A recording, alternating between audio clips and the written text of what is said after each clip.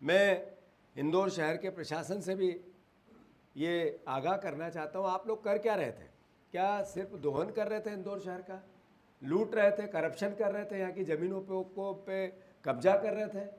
जो नगर निगम का अधिकारी तबका है कितने सालों से टिका हुआ है, और क्यों टिका हुआ है?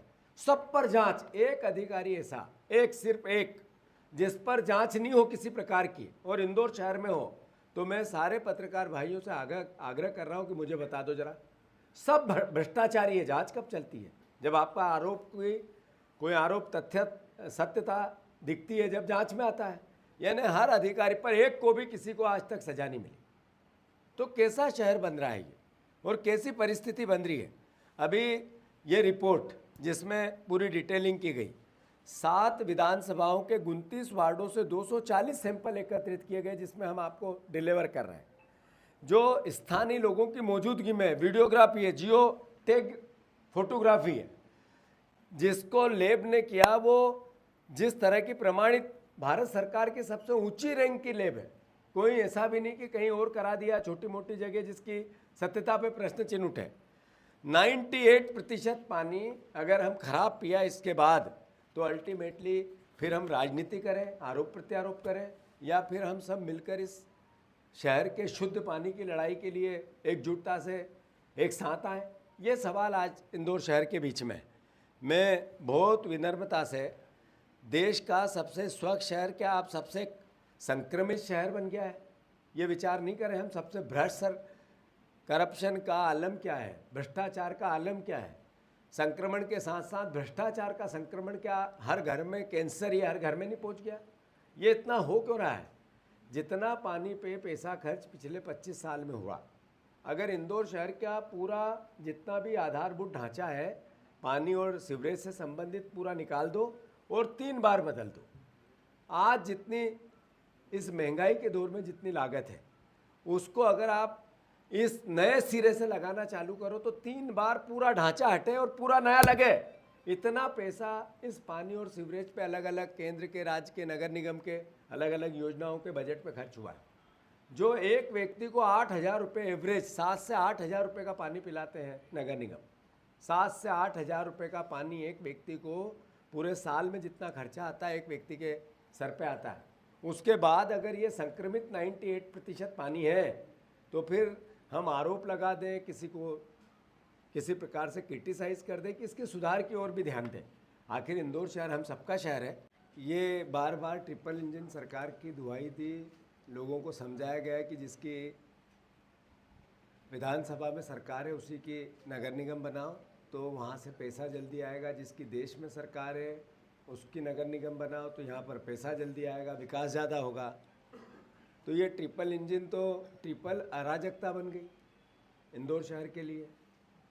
दूसरा, ये बार बार हम कहते हैं, सिर्फ कहने के लिए नहीं कहते हैं, या भाषण के लिए नहीं कहते हैं, आरोप के लिए नहीं कहते हैं, न कुंठा से कहते हैं कि प्रभारी मंत्री यहाँ के मुख्यमंत्री हैं। ये छोटी बात नहीं है कि जिस जिले को प्रभारी मंत्री के रूप में मुख्यमंत्री मिला हो, उसके विकास में, उसकी सुविधाओं में, उसकी सुरक्षा में कितनी बढ़ोतरी होनी चाहिए। क्या मुख्यमंत्री दोहन के लिए है या प्रभारी मंत्री, या इंदौर शहर की सुख सुविधा के लिए? ये प्रश्न तो अपने आप से हम सबको पूछने की आवश्यकता है, इंदौर वासियों को पूछने की आवश्यकता है। प्रभारी मंत्री के साथ साथ नगरीय प्रशासन मंत्री भी हमारे इंदौर के हैं, कई बार के यहाँ महापौर रहे, बार बार मंत्री रहे। सहयोग से नगरीय विकास का जो जिम्मेवारी उनके पास है। क्या जिस शहर में प्रभारी मंत्री मुख्यमंत्री हो और नगरीय विकास मंत्री वहीं का विधायक हो, वहाँ 36 लोगों की मौत उस पानी से, गंदे पानी से हो गई, और 98% पानी प्रदूषित है जो आप पी रहे हो। सारे लोग जो पत्रकार, आप सब प्रदूषित पानी पी के यहाँ बैठे हो।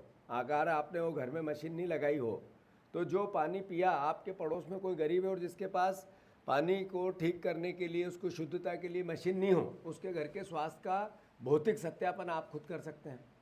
अभी सांसद हमारा लगातार 45 साल से बीजेपी का है, 9 विधायक सारे बीजेपी के हैं, महापौर लगातार बीजेपी का है, MIC लगातार बीजेपी की है, और हर बार छोटे मोटे 1, 2, 5, 25, 50, 100 करोड़ की बात नहीं कर रहा हूँ मैं।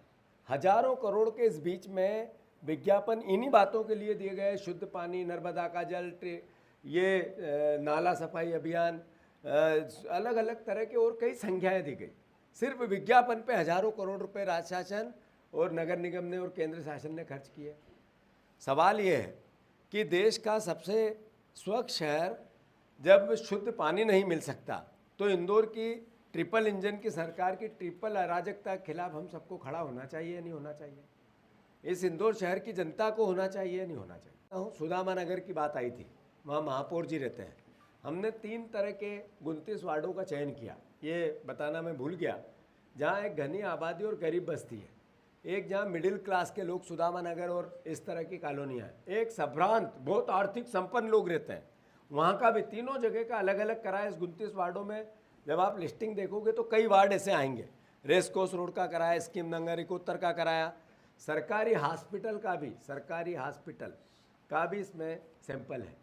आपसे मैं सभी से आग्रह करना चाहता हूँ कि जिस तरीके की परिस्थिति है उसमें मुख्यमंत्री जी से मेरे सवाल है, आदरणीय मुख्यमंत्री जी से मेरा सवाल है कि क्या आपको जनता जो इंदौर की ये पानी पी रही है, किसी गरीब बस्ती में सीधे सीवरेज के पानी से मिला हुआ, क्या मुख्यमंत्री ये पानी पी सकते हैं? प्रभारी मंत्री एक दिन आके किसी बस्ती में जा सकते हैं क्या?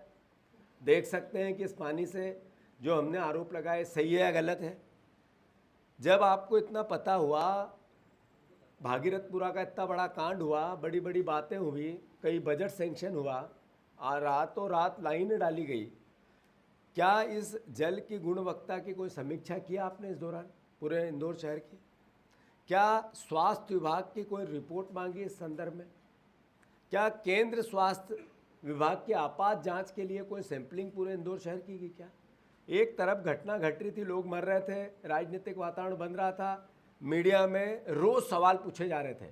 क्या एक प्रशासन के प्रभारी मंत्री, मुख्यमंत्री का दायित्व नहीं था इस दौरान पूरे इंदौर शहर के पानी का चेकिंग करके, उसकी जांच करके, लेब में बेच के सत्यापन करें?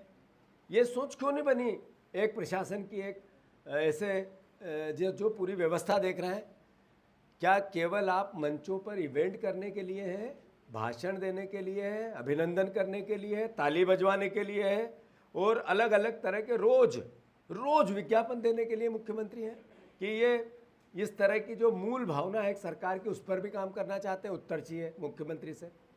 दूसरा, नगरीय प्रशासन मंत्री हमारे माननीय बहुत बुद्धिमान व्यक्ति, जो बार बार उम्र के इस पड़ाव पर भाषा की मर्यादा तो खोते ही खोते हैं, पर अलग अलग समय पर इस तरह के प्रमाण पेश करते हैं कि इंदौर शहर को कलंकित होना पड़ता है। एक बार नहीं हुआ ऐसा, कई बार। अगर आप गूगल पे सर्च करो और सबसे असभ्य भाषा का मंत्री कौन है मध्य प्रदेश का, तो अगर कैलाश विजयवर्गीय का नाम नहीं आए तो मेरा नाम बदल देना, सब कर लेना, चेक कर लेना, गूगल पे सर्च करके चेक कर लेना, नाम आ जाएगा।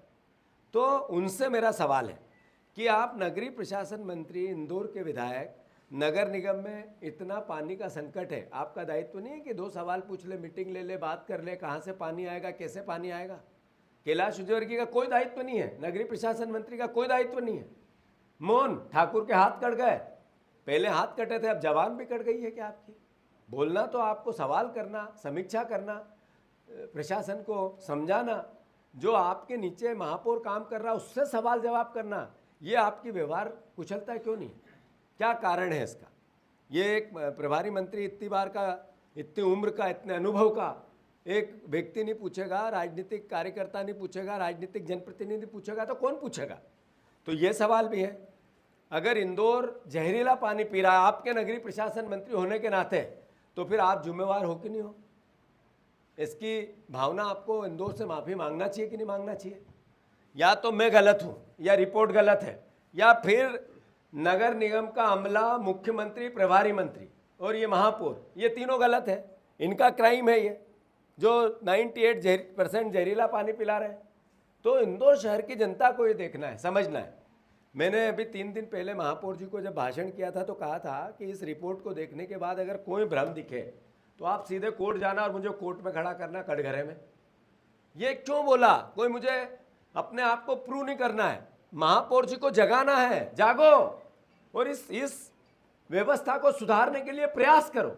जरा मैसेज दो कि अगर विपक्ष ने भी इस तरह की कोई इनोवेशन किया है तो अच्छी बात को एक्सेप्ट करेंगे हम और आगे बढ़ेंगे हम।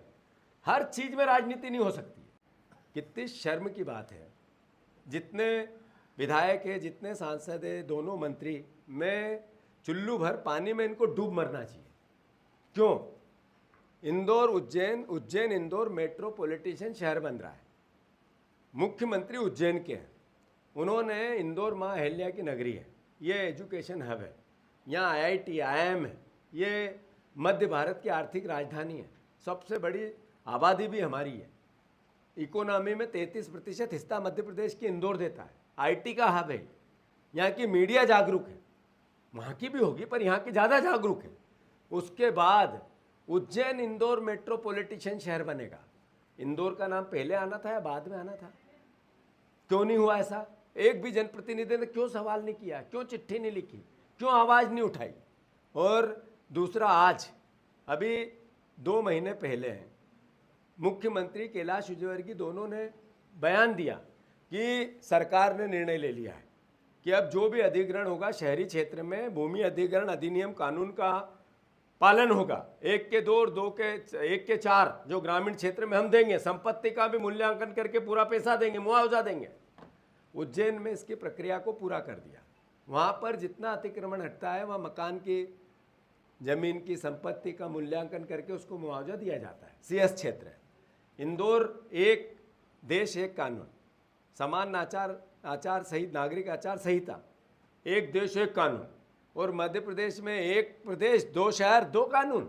और हमारे यहाँ के जनप्रतिनिधि मौन, एक भी शब्द नहीं। यहाँ शंकर बाग के मकान टूटे, यहाँ के छावनी के मकान टूटे, इससे पहले भी जो बड़ा गणपति से रोड़े, आपने क्यों 100 साल के लोगों को मुआवजा नहीं देना चाहिए? सरकार किसकी है? जनता की सरकार है। गरीबों के एक व्यक्ति की मौत हो गई, एक बुजुर्ग की मौत हो गई, ये देख के कि मेरे घर का क्या हुआ, उस मौत की कीमत ही नहीं है। आज अखबार के फ्रंट